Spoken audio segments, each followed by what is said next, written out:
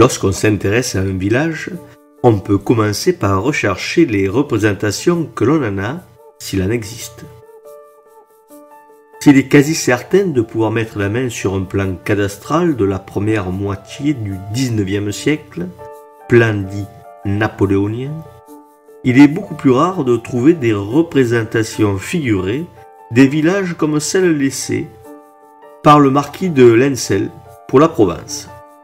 Celui-ci laissa un album d'un artiste inconnu qui regroupe des dessins à la plume représentant des villages et des ensembles architecturaux majeurs comme la tour Philippe le Bel. Voici une représentation de Châteauneuf-du-Pape donc, tirée de cet ensemble, et voici le plan cadastral du lieu-dit Le Bourg pour le même village.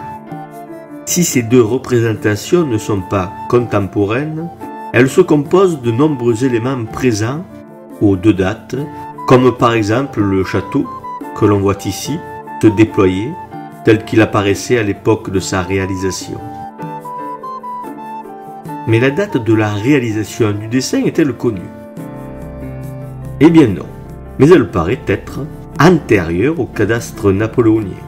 Le bon état des fortifications du village, celui du château, ne laisse planer aucun doute sur cet état de fait. Regardons ce que nous pouvons identifier sur les deux représentations.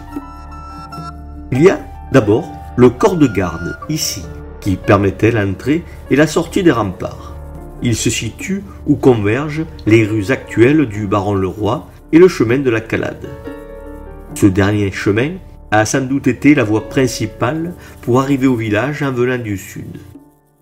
Ce corps de garde, nous le voyons ici, dans le cadastre du début du XIXe siècle, et ici, sur le lavis de l'album Lencel. Nous retrouvons également la courtine des remparts fossilisée dans le parcellaire et par les rues adjacentes ici. La forme a bien été conservée et c'est une caractéristique des parcellaires, cette résilience au temps, cette capacité de figer des formes urbaines anciennes. Il faut des bouleversements de type haussmannien pour les effacer, au moins partiellement. Un autre élément architectural d'envergure devrait pouvoir être identifié. Je veux parler de l'église.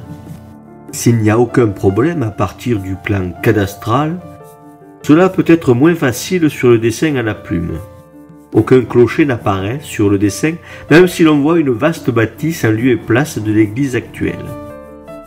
Si le doute subsiste, c'est néanmoins très certainement l'église, mais elle semble abîmée, au point de ne pas offrir une nef entièrement couverte. L'historien sait que cette situation n'est pas exceptionnelle et souvent les églises sont endommagées et attendent longtemps avant d'être réparées.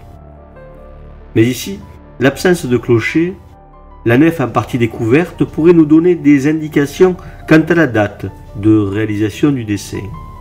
À titre d'hypothèse, il pourrait être avancé que ce dessin peut être réalisé entre la fin du XVIIe et 1783, date à laquelle est agrandie l'église.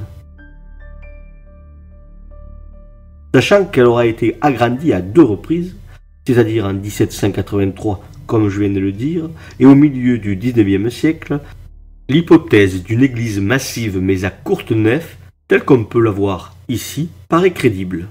Il faut savoir que les guerres de religion ont sonné la ruine de la quasi-totalité des lieux de culte.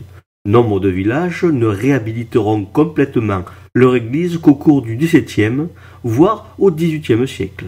Il est donc possible que ce bâtiment, partiellement couvert, soit l'église et que les hypothèses de datation précédentes soient crédibles. Il y aurait bien sûr encore beaucoup à dire sur ce dessin à la plume, mais nous gardons cela pour un prochain microdoc.